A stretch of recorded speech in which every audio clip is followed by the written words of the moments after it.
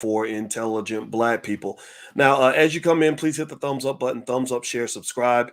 And today I want to talk a little bit about something that is a controversial topic. I know that not everybody's on the same page with this, but I want to talk about the high cost of babies mamas. A lot of us in our community have noticed that things have changed over the last, say, 30, 40 years, where having kids without two parents is kind of common now.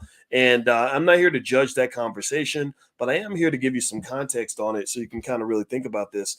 A lot of you are wealth builders. A lot of you want to make money. A lot of you want to be rich one day. A lot of you want to be financially secure. However, a lot of people are not financially secure. Most people are not. The average American is nowhere near financial security. The average American is struggling economically. The average American is having a hard time when it comes to money. Now, this is not blaming anybody. There are lots of structural factors that play. For example, corporations are greedy as hell. The government is sloppy as hell. The world is unfair as hell. Right. So all these things are true. All these things are 100% true. If you ever want to have a conversation with me about racism or discrimination or mistreatment or sexism, I'd like to lead that conversation because I'm aware of all of that. However, there's also this other thing called you, this variable called YOU, which is the person who makes the decisions that are going to have the predominant impact on your life. And I'm going to talk about that and just kind of lay it out in a few different ways to help you understand your economics better. Because as you know, on this platform, our goal is to make you smarter, richer, and happier. And those are my three objectives. And that's what I want to try to do. So as I get started, I'd be remiss not to say hello to everybody who's coming in. Shout out your city. I see Justin Pender from New York. Tequila out of Chi-Town. Diamond 2.0, G Willis TV, DDS, my brother, how you doing? Namquil Ziza out of Lexington. Oh, that's where I went to college, University of Kentucky. Go Cats. Let's see here. Diamond 2.0, Terry Cobb, how you doing? Derek President, good to see you too, Mr. President. Nice to see all of you. Derek's out of Philadelphia, by the way. He wants y'all to know that. All right, so anyway, let's jump into this. Let me ask y'all a question, yes or no. How many of you have kids? Do you have kids? Give me a yes if you have children.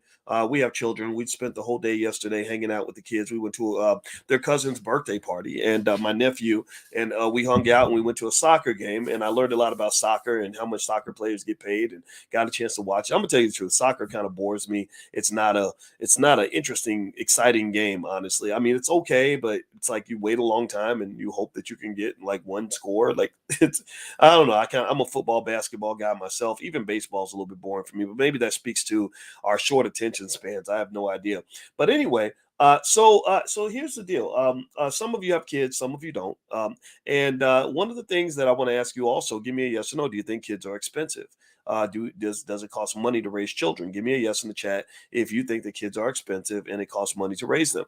And I bring that up because I think that sometimes when we talk about children, we talk about them in ways that don't factor in all the realities of kids, right? We talk about children in a way where it's all about, either they're a little nuisance to us or they're a blessing to us, depending on how you look at it.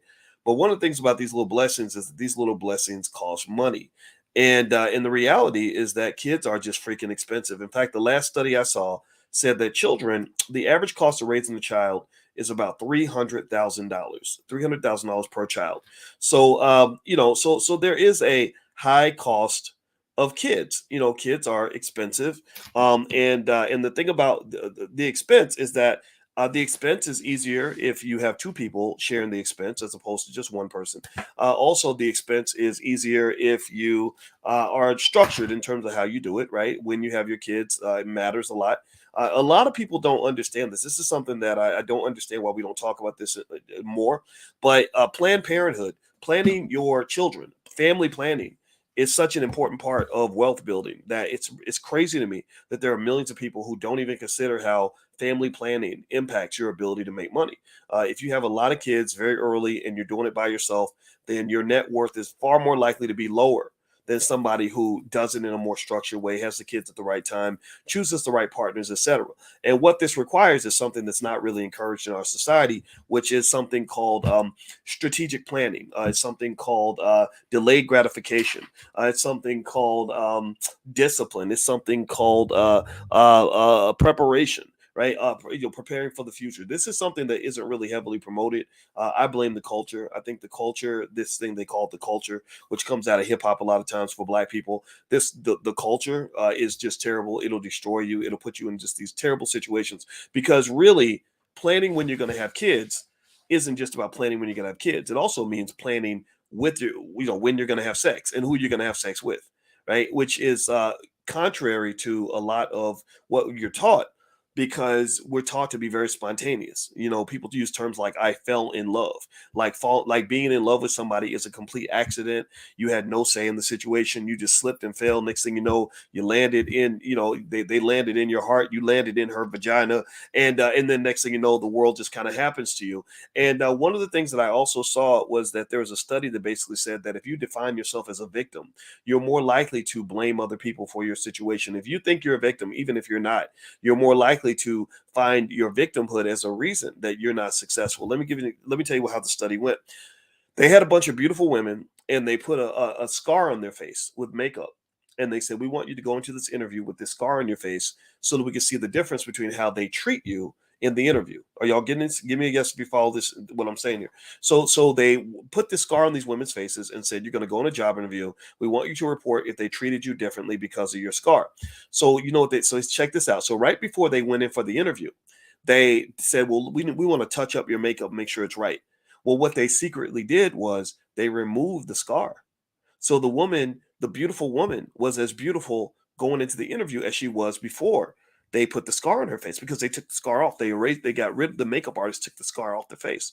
Check this out. So the women went into the interview and they were more likely to report that they were discriminated against based on their looks than they would have when they didn't think they had a scar. So because they had a scar, they just assumed that things that the interviewer said that were pretty benign, they just assumed that, they're only saying this because I'm ugly or because I have this scar.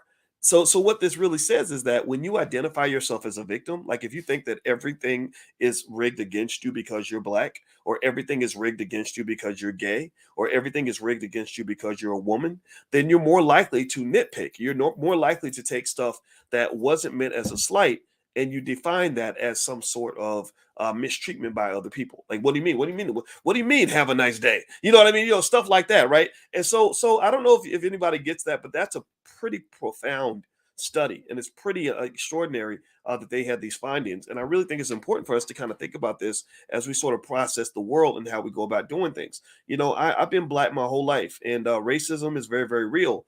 But the thing about racism is that I don't know how much it benefits you to constantly feel like you can't get anything done because people are mistreating you or whatever. I just don't like that mindset. It doesn't get you anywhere. All right. So anyway, do me a favor, hit the thumbs up button, thumbs up, share, subscribe. You're watching drboystv.com, the home for intelligent Black people. If you stick around to the end, I will pull a stock out of my own portfolio and let you guys know about a stock I've invested in so you can make some money. So stick around to the end and I'll give you a stock that I believe is going to be an absolute moneymaker.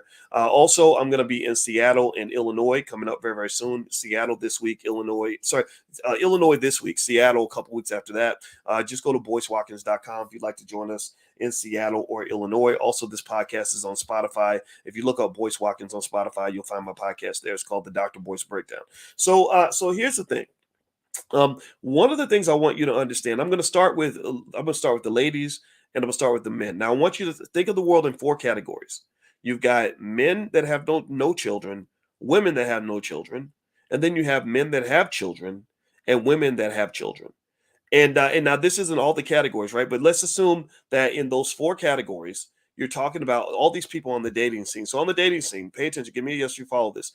You have either men with children, men without children, women with children, women without children. So I want to analyze this because I like to see things in a balanced format. I want to analyze this from each of the different groups' perspectives and help you understand the dynamics of how children affect your economics based on what position you choose to put yourself into, right? What position you end up in, right? It's not a disparagement of anybody in any group.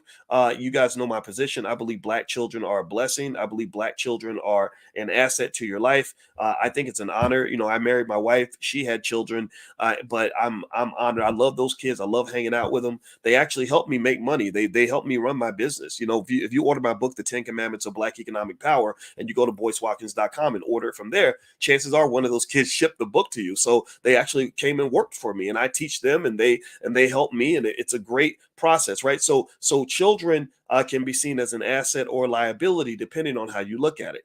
Children can be seen as a benefit or a negative depending on how you look at it. So I tend to see black children, that especially those that are well behaved, to be an asset and wonderful people to have in my lives. I love mentoring kids, but everybody doesn't feel the same way, right? Not everybody feels like that. And one of the things I think is really important is when you have all these conversations online about relationships and dating, I need you to understand that there's no one size fits all. So anybody who gets on a big platform and says never date a woman with kids is stupid. Anybody who gets on a platform and says never date a man with kids is stupid. Anybody who gets on a platform and says I'm better than so and so because I don't have any kids, I don't agree with that. I think that's wrong. You know, I think children. So I've seen people put off having children, and then when they get to the stage where they're finally ready, they're too old, or maybe because you've had so many different partners, your body doesn't work the same way it used to. If you know what I mean, like you know, you get the cervical cancers and all that stuff. I've seen this happen. I'm old enough to have seen people go through that process. So let's stop judging and let's start just evaluating. Give me a guess if you follow what I'm saying. I just want you to observe. I don't need you to judge. All right. So let's talk about baby-mama-itis. Let's start from the perspective of a woman dating a man who has multiple babies mamas, right? So think about this, and this is a challenge to the men that criticize women with children. You have to understand that the same way you might see the challenges of dating a woman that already has kids, well, she might see the challenges of dating you if you've got 4 or 5 babies mamas and all of them are taking money out of your paycheck every single week. Do you understand, ladies, that when you marry a man that has multiple kids with multiple women, it's like sitting down for a plate of food and having 4 people eating at the same plate. Imagine you go into a restaurant and you got a nice meal in front of you. You got a little snack. Your man is your snack, and in his paycheck, his all his resources, that's your snack. And you got a plate of food. And then imagine if baby mama number 1, number 2, number 3, number 4 sit down and dig their forks in, and they get to dig their forks in before you get to dig yours in. How would that make you feel? How would you feel if, when you sat down to eat, these other 4 women were eating the same plate with you? And then let's say that it's not even a good plate. Let's say the man doesn't have a whole lot of money. Now, if he's a billionaire, I get it, right? If he's a billionaire, he's making, $1 million a day, then, everybody can eat. It's not a big deal. But imagine if he's like a bus driver or whatever, a regular dude and making 40,000 a year, and yet a ton of his money is being taken out of every check. That's very, very stressful. That's going to be a heavy load to carry. And one of the things that sometimes that he may have forgotten is when I mentioned to you earlier that every child, to raise a child to adulthood, costs in America about $300,000, $200,000 if you're cheap. So marrying or dating a person that has 4 kids with 4 women is like dating somebody that has about $1.2 million in student loans. Would you give me a yes or no? Would you marry or date somebody who had 1.2 million in student loans and you had to pay those loans back over the next 20 years of your life? Yes or no? Yes or no? How would that make you feel? Right? So ultimately my point is to say that, I know that we think that marriage and relationships are supposed to be all about love. I know that we think that if somebody's cute, we're supposed to lay down with them. I know we think that if somebody sweeps you off your feet and says something romantic and he's got a lot of swag, you're supposed to kind of forget about all that. I know Jesus told you at church that you're supposed to forgive people's sins and all that, which you can do. But at the same time, remember, when you sign up for something and you're not considering all the variables and all the dynamics, you're going to have problems. You're going to have big, big problems, and it's going to piss you off and frustrate you. This came to my mind because I heard a story from a woman who texted me and told me about a friend of hers who got with a man who had 5 kids with 5 different women, and he literally only gets $100 a week out of his paycheck because he is $200,000 in arrears on child support, $200,000 in arrears. So he literally only gets $100 a week. So they have to go live with her mama because this man has no extra money. So I would encourage men, as you're thinking about women that you tangle yourself up with, I have seen it 1,000 times where a guy will have a bunch of kids with a bunch of women. Then he gets about 35. He meets the love of his life, decides to settle down, but he can't properly show up as a husband and a father because he's got so much baggage that he's bringing into the relationship. Now, let's switch the conversation. Let's switch it.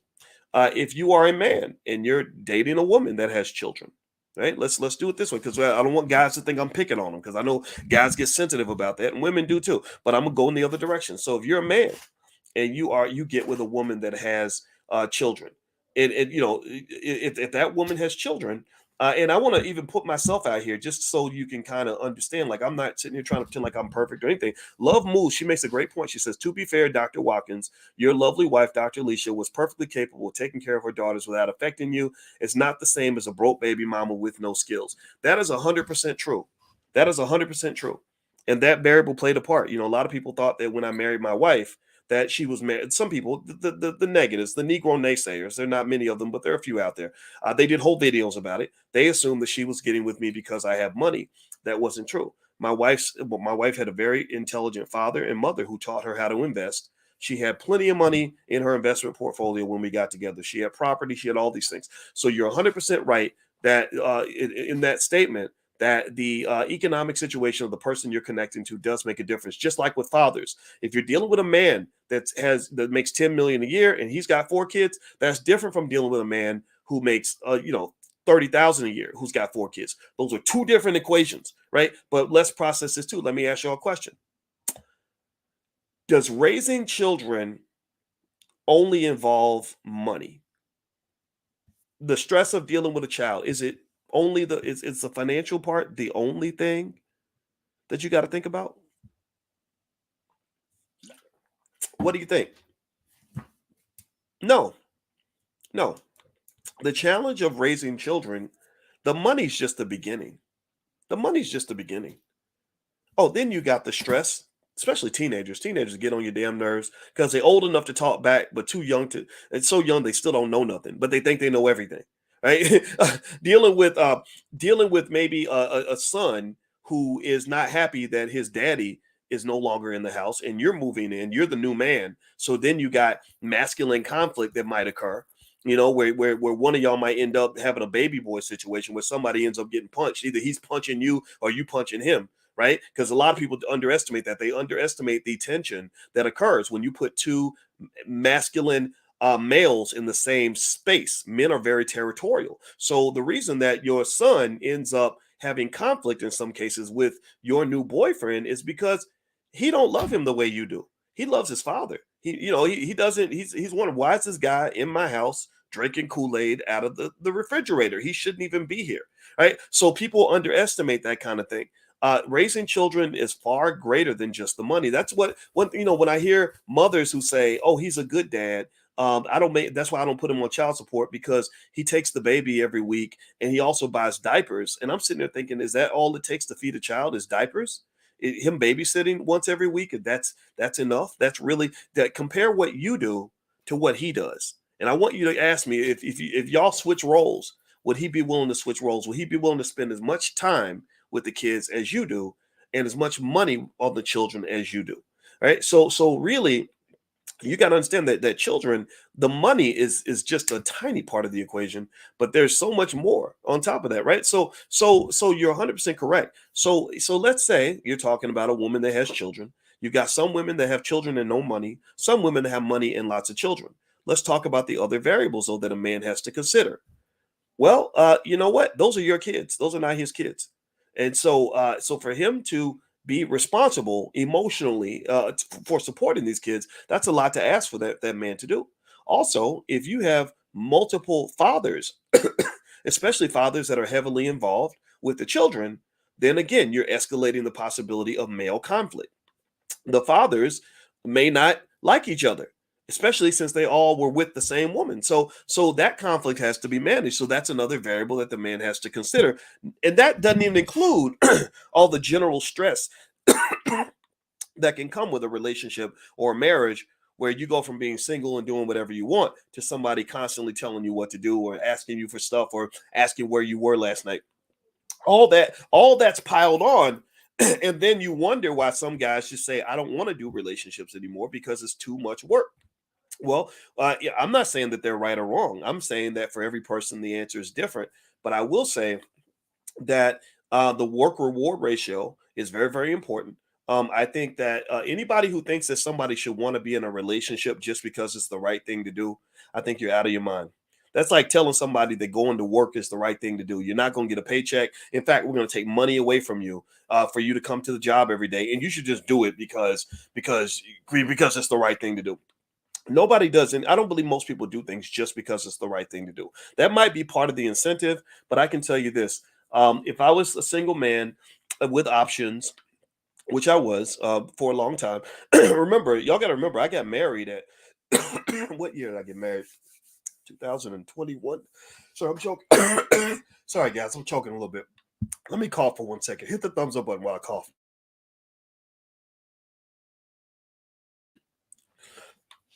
Okay, I'm back. Sorry, everybody. I need to drink some water. My allergies are killing me. Okay, I'm back. I apologize for that. That doesn't happen much. Maybe I was getting choked up over the topic. But anyway, you got to remember, I got married in 2021. I was almost 50 years old when I got married. So I wasn't a guy who got married at 28 or 29. And it wasn't because I didn't have the opportunity to get married. I probably could have got married. I probably had 8 opportunities to get married, and I chose not to do it. Well, part of it is because I can relate to the guys who enjoy the single life. I think that there are some benefits to that. I think that if you take away one thing I was taught in mathematics is that whenever there's a constraint, there has to be a benefit for that constraint. Or when I talk about stock options, one of the first things they teach you in stock options theory is that whenever you give up an option, you should be compensated for giving up that option. So if you have the option of doing whatever you want, going wherever you want, being with whoever you want, and you have to give all that up, there should be some benefit that comes with that. So in my case, the benefit that came with that was the fact that my wife was so special to me that I was willing to make that commitment. Also, the my approach to life as a man in his 40s was very different from my approach to life when I was in my 20s. When I was in my 20s, I don't know if I was so interested in giving up my freedom because I had other commitments. And it wasn't so much about women; it was really about things like reaching my goals. I was very goal oriented, and I would see people in these relationships. Has anybody ever seen that where somebody's in a relationship that's so bad, so devastating that they're constantly drained, they're constantly they can't keep focused on anything, or you want may not even see them for like 2 years straight, and they totally fall off. Like whatever dream or goal that they had, it totally dies because they spend all their time arguing with their boyfriend, their girlfriend, or their spouse. Like, has anybody ever seen that? It's terrible. And I watched that. I saw friends who would get into bad marriages, and they would be so devastated from all of the trauma of fighting with the same person every single day that I would notice they would never accomplish anything. They rarely reach their goals or their dreams. And then on top of that, after the divorce, they will be financially ruined. So, these are factors that played a part in my thinking when I was in my 20s and 30s. And so, but the thing about it though is also getting married and having family has its benefits as well. And the benefits of that is that when you get as you get older, you have people that are going to look out for you. So you look out for them, they look out for you. You invest in them, they invest in you. So I'm not really the guy who's going to sit here and say that every person on earth needs to do exactly what I did. I'm not here to say that at all. I'm here to encourage you to make the right trade-offs and the right choices in that area. So ultimately, when a man is dealing with a woman that has a lot of kids, first thing you got to understand is that the lowest net worth in America is the single black mother with children. She has the lowest median net worth in this country.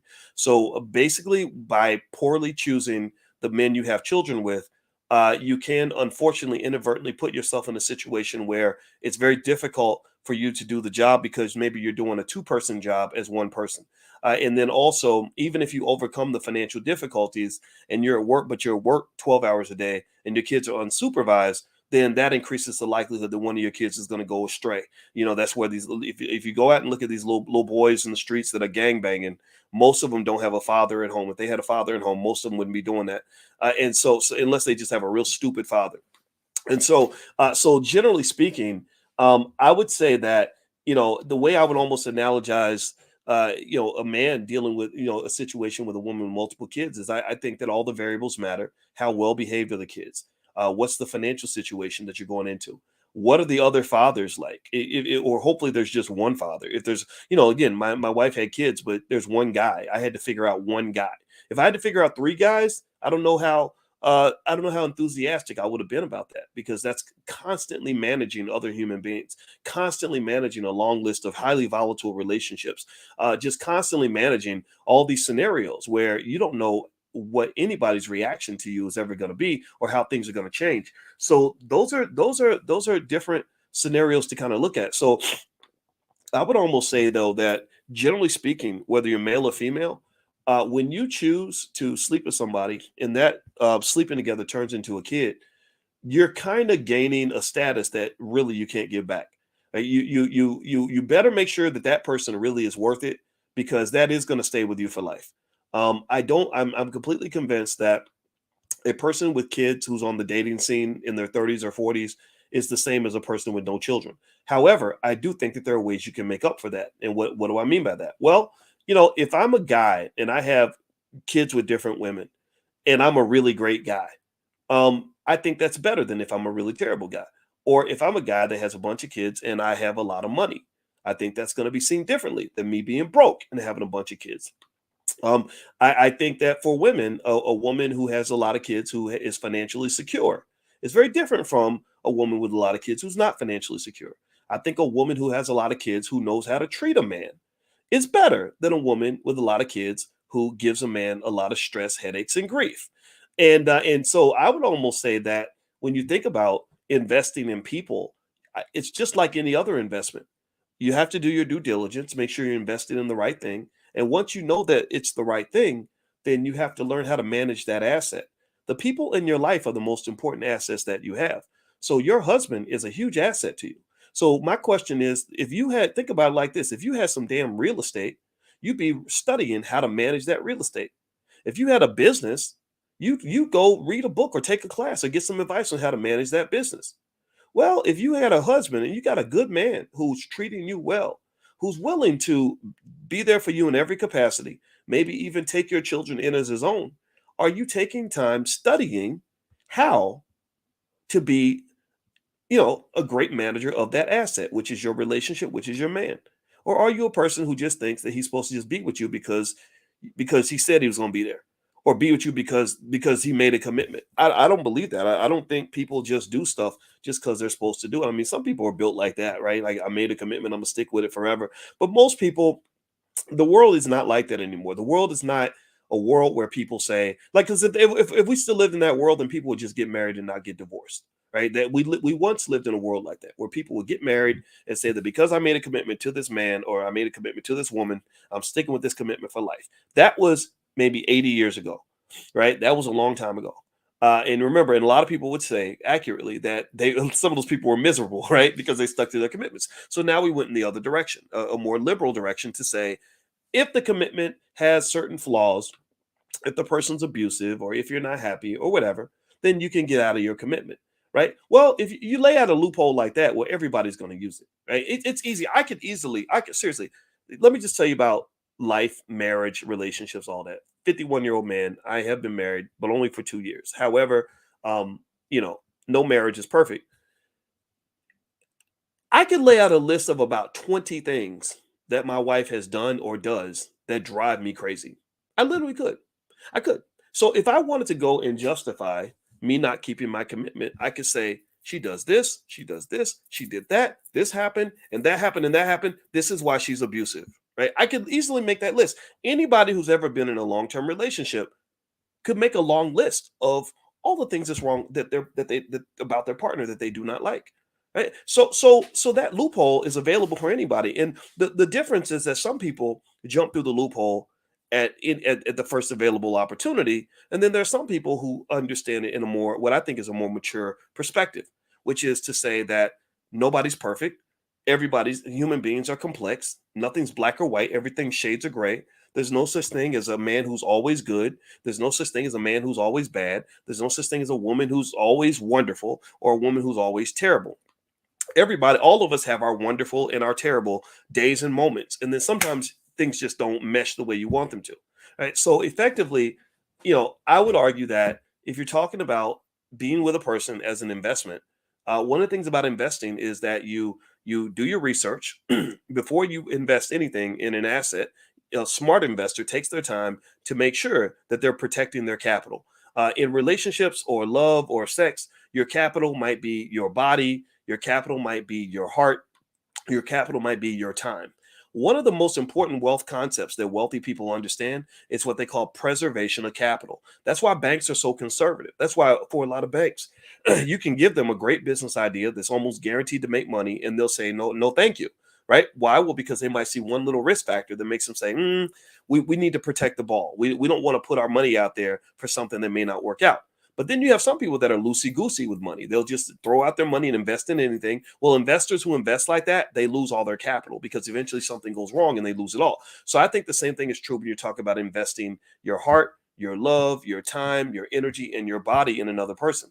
Some people, they see somebody that looks good, they go on a couple of nice dates. Next thing you know, you're sleeping with the person, you're bringing the person around your kids, you're bringing the person into your life, and you haven't done the due diligence. That's bad investing. That's going to end up, in most cases, in many cases, that's going to end up with you being surprised at some point because as information is revealed, one of the most important aspects, a lot of people don't know this, but one of the most important variables in determining the price of a stock is actually information. When I was working on my PhD in finance, we spent so much time talking about information, how information is released, what information means, how that impacts the value of an asset, right? So information is power. So one of the things you'll find is that people invest their lives and their bodies into another person without getting all the information. You don't even know he's sleeping with you. You don't know his credit score. You don't really know his real history. You don't know nothing about how he responds in different situations. You have no idea what kind of partner he's going to be, but he's got access to your womb. And then when he becomes like baby daddy number two, it's like an embarrassment because what's happened is that the irrational temptation for love and sex and affection has caused you to make a decision that has just horrible long-term implications, right? That's going to affect you for life. So one of the things I would say is that generally speaking, if you're a person that doesn't have kids, I really hate the idea of discriminating against people that don't have kids, right? I would not, I would just give you on my perspective. I think that there are great women that have children. I think that one of the benefits is that there are some women who have children and it makes them more mature, it makes them more nurturing. They're better able to care about someone other than themselves. I've dated, I dated some women, in my life. I mean, again, when I met my wife, I was in my 40s, or when we got together, I've dated women without kids, younger women without kids and stuff, and they're not bad, they're okay too. But sometimes maybe if somebody's younger and without kids, you can see a lot of selfishness, maybe a lot of me, so while the older woman with the kids might bring more complications, there's a more settled nature too, I think, on average, right? And this is assuming that the person is mature. This doesn't count crazy people. But ultimately, I would encourage you to, make those decisions wisely and just understand too that how you choose is going to have a huge impact on your economics. If you get with somebody who has no um, financial responsibility about them, then what's going to happen is that if you're a saver and you have money, they're going to be attracted to you because they're natural parasites. So that parasitic nature of someone that is financially irresponsible that overspends is going to drive them to want to be with you because you like to save.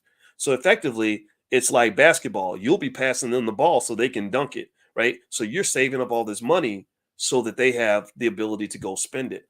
Also, if you are, for example, an entrepreneur and you get with somebody who doesn't understand the life of an entrepreneur or the mindset of an entrepreneur, that's going to cause conflict too. Why? Well, because entrepreneurs first off, most entrepreneurs I know, they have to work all the time. So holidays, weekends, it don't matter. A lot of people don't do that. A 9 to 5 person, they think that they can shut it off at 5 o'clock, and then the weekends they can just sit around and do nothing. A lot of entrepreneurs work every single day until they achieve the goal, right? There's no day off, but you can take time off whenever you want, but there's no specific days off. They don't, necessarily pay attention to holidays the way other people do, stuff like that. If you get with somebody who doesn't understand that or doesn't accept that about you, it will cause conflict and stress. So a lot of times, if you're an entrepreneur and you link up with another entrepreneur and you find something that you have in common, well, then that joint interest in taking care of that business is almost like having a baby together. You've got this thing that both of you love, and both of you care about, and both of you are passionate about, and both of you are working around the clock to make this thing successful. That's beautiful. That is beautiful. There's nothing more beautiful than when a man and a woman are doing business together and succeeding together, failing together and winning together. That connects you. That'll really connect you.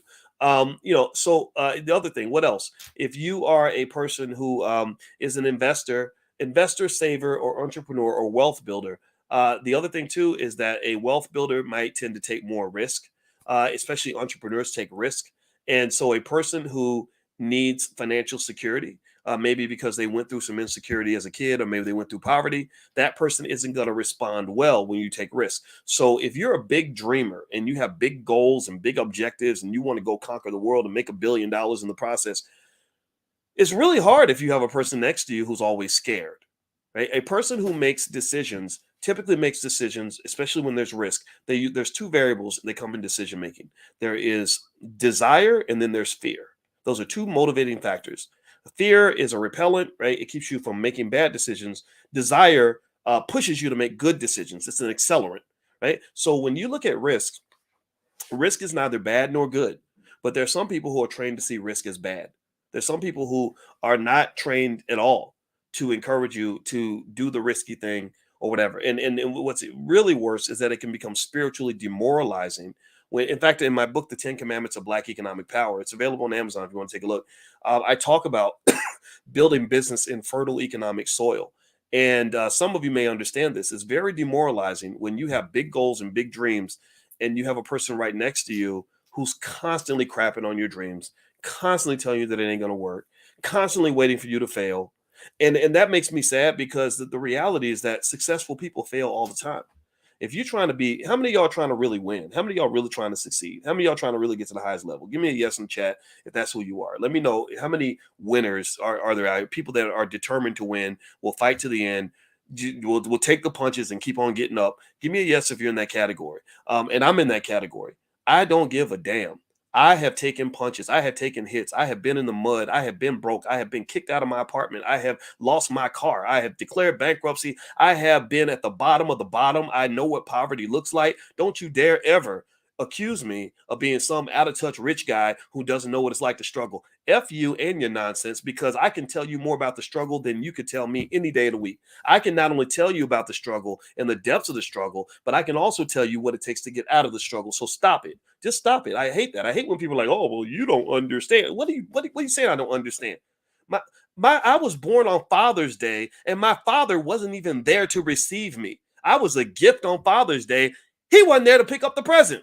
So and the rest was rocky after that. So stop it, man. So what I'm saying to you is that, yeah, when you're talking about being at the bottom, yes, that it sucks, right? But I'm also, the difference between me and of the Negro naysayers is I don't want to stay at the bottom. And but the other thing you got to understand is that when you supposedly are climbing to the top, you're gonna keep getting knocked to the bottom sometimes. You don't think I have rock bottom days on a regular basis? I get knocked to the bottom a lot, even now, even where I am now. The so-called, whatever success people think that I have, it never stops, right? So I don't need somebody in my ear constantly saying, "Well, I told you so. I told you not to take that chance. I told you not to take that risk. I told you not to be dreaming all big. You got to be more realistic." To hell with you and what you think is realistic.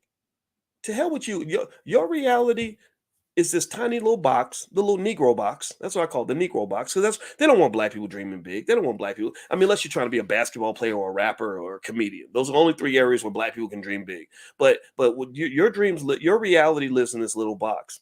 And you want me to take my massively large dreams and shrink them into your little Negro box. And what I'm trying to say to you is, I need you to understand that that term of what's realistic is a variable term. So rather than shrinking my dreams to make them fit your reality, I'd rather stretch your reality and make them fit my dreams. Because everybody's reality used to be somebody's dream. Everything big ever done started off as somebody dreaming big and accomplishing that goal. And here's the reality: most of the time they fail. I'm sure that if you look at how many people become billionaires, I bet you 99% of the people who plan to become billionaires never get there, right? But there's that 1% that do. So what I'm saying to you is that whatever frequency you're trying to operate on, I encourage you, if you're still picking, find somebody who either operates on that same frequency, or they at least leave you to get out your damn way. That's my thing. That's my request. I don't need you to be like me, right? Because I'm a risk taker. I go hard. I'm deeply trained on financial stuff, so I think a lot, and I'm a heavy thinker. I'm a hard worker. I'm a big risk taker. I don't need people to be exactly like me, right? That's not what I'm asking you to do. At the very least, just back up and let me do my thing. Just sit back and watch me work. Let me inspire you.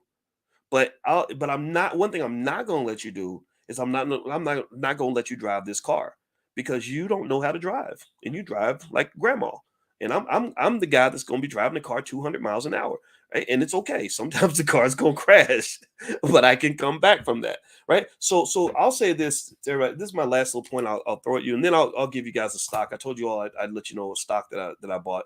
Um, Whatever person you're trying to be, I think that it's important to understand that the more unique that person is, the more unique you're trying to be, the less you're going to find people that can really understand exactly where you're coming from.